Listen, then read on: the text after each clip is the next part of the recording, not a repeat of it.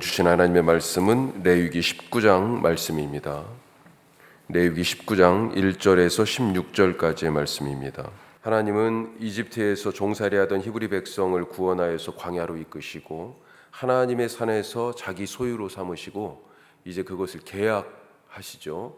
그래서 계약 백성이다, 언약이다 이런 얘기를 하죠. 이 계약의 핵심은 여호와가 이스라엘의 하나님이 되고 이스라엘은 하나님 앞에 제사장 나라가 되고 세상 속에서는 거룩한 백성으로 살아간다라고 하는 그런 것이었습니다. 그리고 이런 삶을 위한 표준으로 십계명을 비롯한 여러 말씀들을 주셨죠. 십계명이 출애굽기 20장 말씀이고 21장에서 23장까지를 그래서 이 계약에 대한 말씀, 그래서 연구하는 사람들은 계약 법전 그렇게 부릅니다. 우리가 어제 말씀드렸습니다만 이 레위기 지금 읽고 있는 17장부터 26장까지는 성결 법전, 거룩한 책 이렇게 불려지는 것처럼 특별히 출애굽기의 그 21장에서 23장까지는 따로 계약에 대한 말씀이다 그렇게 말하고 있어요. 자, 같은 맥락에서 이렇게 제사장 나라 거룩한 백성이 되는 이런 이야기가 출애굽기 이후에 쭉 쓰여져 있는데 그 맥락이 레위기까지 이어지는 것입니다. 그래서 레위기도 제사장 나라와 거룩한 백성으로 살아가는 삶에 대한 말씀이에요. 레위기 16장을 중심으로 나눠볼 수 있다고 그랬었죠. 어제 그 앞부분인 16장 앞에 11장에서 15장까지는 정결법에 대한 얘기가 나오는데 음식의 규례, 출산, 피부병 이런 것들 다 부정한 것이다. 무엇이 부정하고 부정하지 않은 것이냐 말씀하면서 그 부정을 씻는 의식, 제의적인 예배를 통한 정결에 대해서 말씀합니다. 그리고 16장 뒤쪽을 지금 우리가 읽고 있는 거죠. 여기에 나오는 말씀은 생활에서의 거룩한 삶, 거룩한 백성으로 세상 가운데서 살아가는 성결에 대한 그런 말씀이에요. 자, 어제 읽은 18장은 그래서 성윤리에 대한 말씀이고 내일이 아니죠. 그 다음 날 읽을 20장은 성윤리를 어겼을 때, 그러니까 18장과 20장은 성윤리에 대한 말씀인데 20장 같은 경우는 처벌을 중심으로 말씀하고 있어요. 자, 그 사이에 있는 19장 말씀을 지금 오늘 우리가 읽었는데 이것은 거룩한 백성이 세상 가운데에서 살아가는 다양한 삶의 자리에서의 윤리를 가르치고 있습니다. 자, 오늘 이 말씀을 가지고 거룩하게 사는 것이 무엇이냐라고 하는 말씀을 조금 더 나눠보겠습니다. 첫 번째로 거룩함의 근거는 하나님이시다. 거룩함의 근거는 하나님이시다. 2절 말씀을 보시면요, 거룩하라라고 명령하셨어요. 하나님이 명령하시는 것입니다. 거룩은. 자, 2절 말씀 이 레위기 전체의 핵심 말씀이다, 요절이다 이렇게 얘기할 수 있는 말씀인데 우리 2절 같이 한번 다시 읽어보겠습니다. 너는 이스라엘 자손의 온 회중에게 말하여 이르라. 너희는 거룩하라. 이는 나 여호와 너희 하나님이 거룩함이니라. 아멘. 하나님은 당신이 거룩하니, 근거가 그렇게 되어 있잖아요. 내가 거룩하니 너희도 거룩하라. 자, 그런데 이 명령을 우리가 지킬 수 있습니까? 거룩하라는 이 명령을 지킬 수 있습니다. 할 수 없는데 하라고 하실까요? 할 수 있기 때문에 우리에게 그렇게 하라고 하시는 거예요. 하나님의 속성에는 하나님만 가진 것들이 있습니다. 예를 들면 전능하심, 무소부재하심, 이거 하나님만 할 수 있는 거죠. 전능하신 하나님 못하시는 것이 없습니다. 하지만 사람은 못하는 것 투성입니다. 사람들에게 너희 전능해라 이렇게 얘기하지 않으세요. 무소부재, 하나님은 안 계신 곳이 없다. 그렇죠? 제 안에도 계시고 여러분들 안에도 계시고 우리 교회에도 계시고 우리 집에도 계시고 세상에 부자에게도 계시고 가난한 사람에게도 계시고 웃고 있는 곳에도 계시고 아파하는 곳에도 계시고 어제도 계셨고 오늘도 계시고 앞으로도 계실 하나님은 안 계신 곳이 없는, 시공간의 제약을 받지 않습니다. 하지만 사람은 시공간에 얽매여서 살아가죠. 하나님은 우리에게 당신처럼 전능하라고 그렇게 요구하지도 않으시고 동해 번쩍 서해 번쩍 하면서 무소부재의 도수를 배워가지고 순간이동해라 그런 걸 신앙생활이라고 가르쳐 주시지도 않습니다. 요구하시지도 않아요. 대신 사랑하라 이런 말씀하시죠. 왜요? 하나님께서 사랑이시기 때문에, 내가 사랑이기 때문에 너희도 사랑하라. 우리에게 나눠주신 하나님의 형상과 모양의 모습이에요. 그게 오늘도 똑같습니다. 내가 거룩하기 때문에 내 형상과 모양으로 지은 너희도 거룩하라, 그렇게 명령하고 계시는 거예요. 자, 그러면 어떻게 할 수 있다고 그러셨는데 어떻게 할 수 있는 것입니까? 어떻게 거룩하게 되는 거예요? 거룩하다는 무슨 뜻이에요? 구별되다라고 하는 것인데, 어떻게 세상 속에서 저기 딱 하나님의 사람이네, 야 정말 거룩하게 살아가는구나, 우리와 다르구나, 구별되었구나, 세상이 그렇게 알아볼 수 있어요? 오늘 읽은 말씀 앞에 18장 마지막 절 한번 보겠습니다. 18장 마지막 절 같이 읽습니다. 그러므로 너희는 내 명령을 지키고 너희가 들어가기 전에 행하던 가증한 풍속을 하나라도 따름으로 스스로 더럽히지 말라. 나는 너희의 하나님 여호와이니라. 이게 무슨 말씀이에요? 스스로 더럽히지 말라. 이게 지금 거룩하게 되라는 얘기의 말씀이에요. 자, 18장이 쭉 다양한 성윤리, 성관계에 대하여서 말씀하면서 그 안에서 스스로 더럽히지 말고 거룩하게 되라고 하시는데, 그 방법이요 30절 맨 앞에 있습니다. 그러므로 너희는 내 명령을 지키고, 이거예요. 4절 말씀에서도 그렇게 되어 있습니다. 18장 4절 제가 읽어보겠습니다. 너희는 내 법도를 따르며 내 규례를 지켜 그대로 행하라. 이거예요.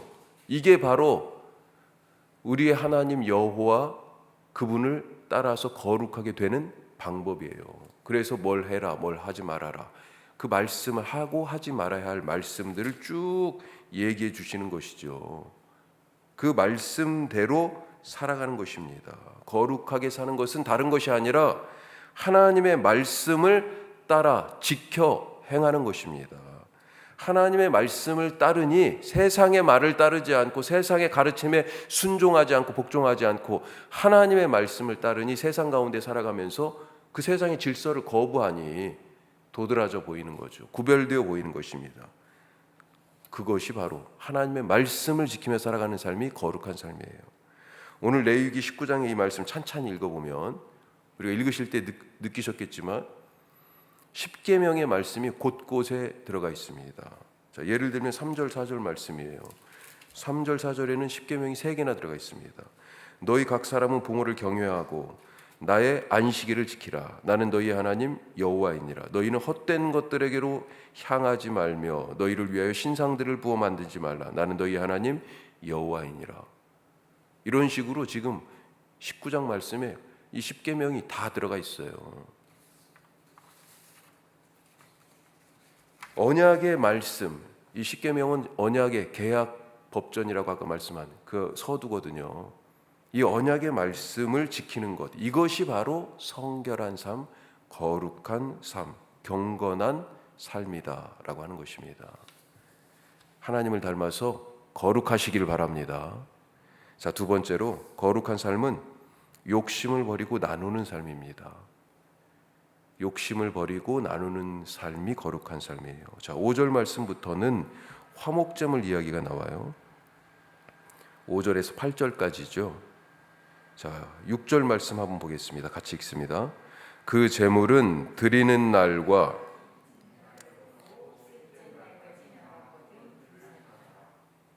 제가 6절 말씀드렸죠. 그 제물은 드리는 날과 이튿날에 먹고 셋째 날까지 남았거든 불사르라. 지금도 고기가 귀하잖아요. 옛날에는 얼마나 귀했겠습니까?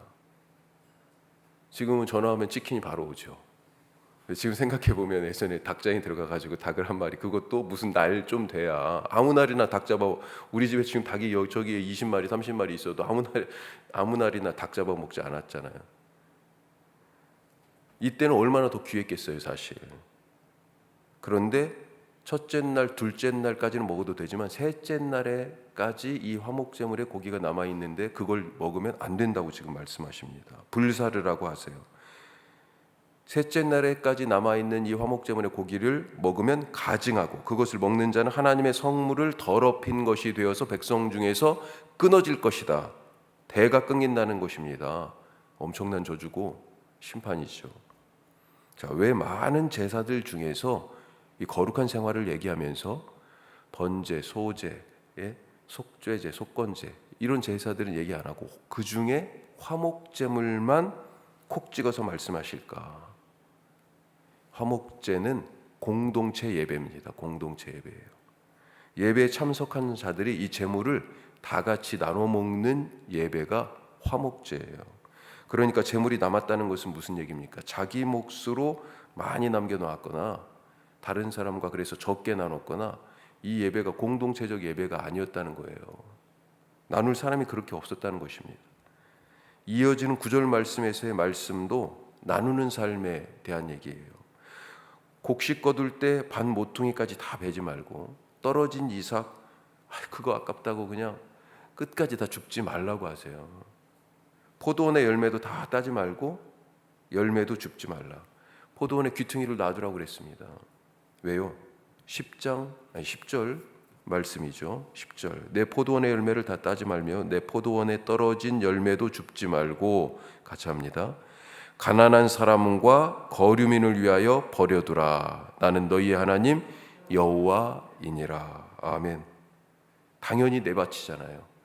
당연히 내가 수고하고 힘써서 이거 지금 이 열매를 얻기까지 얼마나 많은 수고와 노력을 했어요. 힘써서 내가 얻은 것입니다.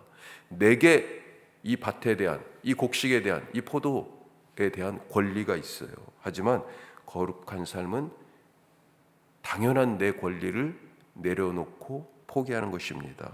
하나님이 주신 것으로 알고 하나님의 것으로 여기고 하나님께 드리듯이 나누는 삶이 거룩한 삶이다. 자, 세 번째로 거룩한 삶은 정의를 세우는 삶입니다. 정의를. 11절, 12절 말씀을 보면 도둑질과 거짓말, 거짓 맹세에 대한 말씀이 나오죠. 제가 한번 읽어보겠습니다. 너희는 도둑질하지 말며 속이지 말며 서로 거짓말하지 말며. 십계명 나오죠 지금. 계속해서 너희는 내 이름으로 거짓 맹세함으로 내 하나님의 이름을 욕되게 하지 말라. 나는 여호와이니라. 13절 말씀도 같은 맥락이에요. 자, 11절, 12절이 이 도둑질, 거짓말, 거짓 맹세에 대한 말씀이잖아요. 13절 같이 읽습니다. 너는 내 이웃을 억압하지 말며 착취하지 말며 품꾼의 삭슬 아침까지 밤새도록 내게 두지 말며. 이 13절에 억압하다, 내 이웃을 억압하다, 이 억압하다는 것은 단어 말뜻이 법의 테두리 안에서 남의 것을 속여 빼앗는 것을 말합니다. 법의 테두리 안에서 합법적으로 얻어내는 거예요. 일종의 우리가 요즘 법기술자라는 얘기를 많이 쓰는데 법기술자들이 쓰는 방식이죠.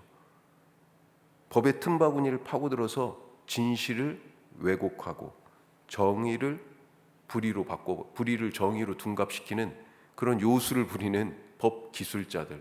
합법적으로 그러니까 법으로 아무리 따져 들어가 봐도요 법을 또 잘 모르는 사람들은 당하는 거죠. 법 좀 안다고 기술을 부리는 법의 테두리 안에서 남의 것을 그래서 속여 빼앗는. 남의 것이 뭐가 있어요? 재물만 있는 게 아니고요 명예도 있고요 무형의 것들이 많습니다. 남의 삶을 남의 생활을 그 빼앗는 것들이 많아요. 또 착취하다는 그것과 조금 반대적으로 불법적인 행위를 통해서 불법이니까 어때요? 안 되는데도 힘으로 가져가는 거죠. 강탈하는 것입니다. 하여튼 둘 다 뭐예요? 도둑질입니다. 내 것이 아닌데 원래 있어야 할 곳에 있지 않은 거예요. 그래서 11절 12절 말씀과 같은 맥락이라고 말씀드린 것입니다. 이게 다 도둑질이에요. 이렇게 숨겨진 진실을 은폐하고 구분 정의를 가만히 놔두는 것, 이것이 거룩한 삶이 아니라는 것입니다. 15절에 재판할 때 공정하지 않은 것 말씀하죠. 정의를 세우지 않고 있어요. 가난한 자의 편도 들지 말고 세력 있는 자라고 두둔하지도 말라. 자, 그러면서 끝에 15절 끝에 공의로 사람을 재판하라 이렇게 말하고 있습니다. 이 사람이라는 말로 번역됐지만 조금 더 깊은 뜻은 뭐냐면 지인, 친구예요. 친구. 재판을 하는데 친구가 온 거예요. 어떻게 재판해야 돼요? 지금 이 두 사람이 같이 왔는데 이 사람을 더 잘 알아요. 어떻게 해야 됩니까? 공의로 재판하라고 돼 있습니다. 공의로.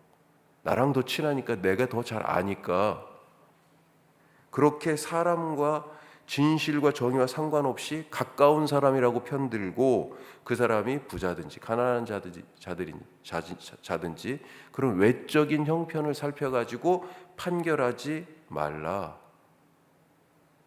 이건 진실을 거짓으로 바꾸는 그런 행위라는 것입니다.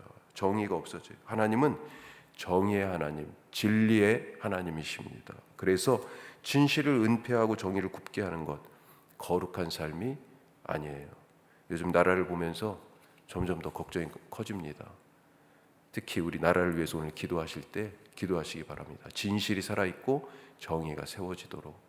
하나님께서 우리에게 오늘 거룩하라 말씀하시는데 말씀대로 살아 거룩하고, 욕심을 버리고 나누며 살아 거룩하고, 진리 안에서 정의를 세우는 그런 하루, 거룩한 삶이 되시기를 축복합니다.